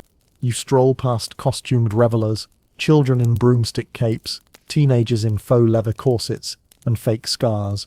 Someone offers you a sample of dragon's blood candy, bright red and sticky sweet. You recall the barn cat porridge from section 6, blamed for summoning storms, and wonder if you'd once have feared a cat's shadow on your wall. Joke 1. You muse that in this season, even house cats deserve candy, or at least an invoice for potential lightning strikes. Beneath a shop awning, a display of miniature cauldrons holds tiny sachets labeled dream-catching mandrake root. You chuckle, remembering the nightshade and mandrake murmured about under the healer's green glass window. Here, mandrake is a decor staple. Its carved wooden figures sold as tchotchkes. Mainstream fact. Mandrake's mythic status persisted long after its actual medicinal use waned, becoming a staple of magical lore rather than healthcare. Scholars still argue whether its reputation as a sleep inducer or fertility charm ever had a basis in folk medicine, or if it was entirely invented by apothecaries seeking novelty. A street musician plays a mournful tune on a hurdy-gurdy, its drone echoing the ritual lament of Section 9's Firelit Confessions.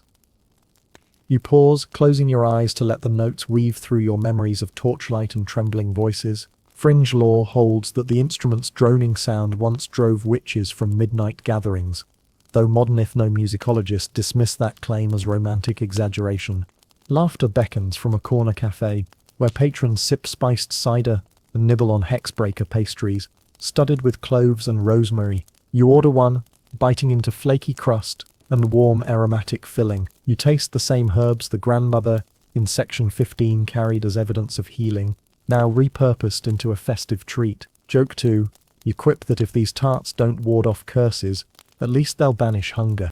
At the end of the block stands a weathered stone fountain etched with arcane symbols, a relic from section 11's Lunar Omens.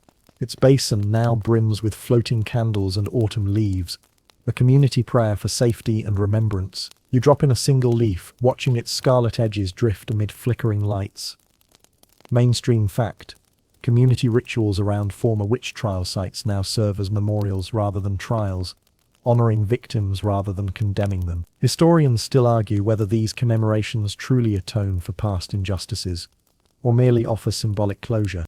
You round a corner into a narrow alley where a mural sprawls across brick, a silhouette of a woman on a broom, her face defiant. Underneath, someone has scrawled, "Remember Marga." You smile, recalling Section 5's widow who floated and nearly burned. Now her story lives as public art instead of court record. Fringe detail. Local artists claim they embed hidden runes in the paint to protect passers-by from ill wishes, though you suspect it's neon undercoating. A gust of wind tossles fallen leaves around your ankles as you reach the town square. Strings of lanterns cast a gentle glow on faces both familiar and masked. A small stage hosts a storytelling circle, modern voices sharing snippets from these same medieval tales but softened, framed as spooky bedtime stories rather than grave warnings. Joke 3. You think that next year they should host witch trial karaoke, letting villagers belt out confessions in song. In that circle, someone tells of white rose societies that met in forest clearings to care for accused healers, echoing Section 14's tavern networks. The storyteller invites everyone to place a single white flower at the statue's base, a silent vow to remember compassion over condemnation. You step forward and lay down a blossom, its petals brushing cold stone. Above you, the night sky is clear, stars glittering without infernal malice. The moon shines silver, free of blood-red warnings. You breathe deeply, recalling the well-water tasting of barley and the eclipse that nearly paralyzed a town with dread. Tonight, you sip cider, savor pastries, and watch laughter outshine lingering fear. As you weave through the crowd, you feel history's weight lighten under modern lantern glow. Superstition's echoes still reverberate in aisle displays and whispered charms, but now they beckon more for fun than for fear. You tuck a sprig of rosemary behind your ear, a nod to the grandmother's sage in section 15, and stride toward home with a heart unburdened. Whether Halloween's playful hauntings cleanse old terrors or simply repackage them in costumes, one truth remains: the real magic lies in remembering our past, without letting its shadows rule today. Wind down now, as the lanterns dim and the crowd disperses, let the world's clamoring fade into a soft hush. Feel the night air brush your cheeks, cool and comforting, like the lavender breezes you once inhaled in that healer's hut. Every breath slows, lengthens and deepens, each inhale a promise of rest, each exhale a release of lingering dread. The scent of rosemary and clove still lingers on your skin, gentle reminders of hearth-tended safety rather than bonfires of accusation. Stars, unhurried in their ancient arcs, shimmer overhead with quiet constance. Let your gaze linger on that vast expanse, each point of light a testament to human wonder, not fear. Feel your shoulders uncoil as night's tranquility unfurls through the spaces between your thoughts. Trust that tomorrow's dawn will come with unbroken calm, soft gold pouring through window panes instead of flame. Allow your mind to drift across these lantern-lit memories: the midwife's careful hands, the grandmother's exoneration, the coppery taste of cider in dusky towns. Each fragment dissolves seamlessly into the next, like petals carried by a gentle stream on moonlit waters. As sleep beckons, imagine yourself floating on that same current, cradled by kindness rather than bound by superstition. Let this gradual descent be your final enchantment tonight. No darkness holds dominion here, only the soft, nurturing glow of recollection and relief. Sweet dreams, friend, as history's shadows bow to the dawn of your calm.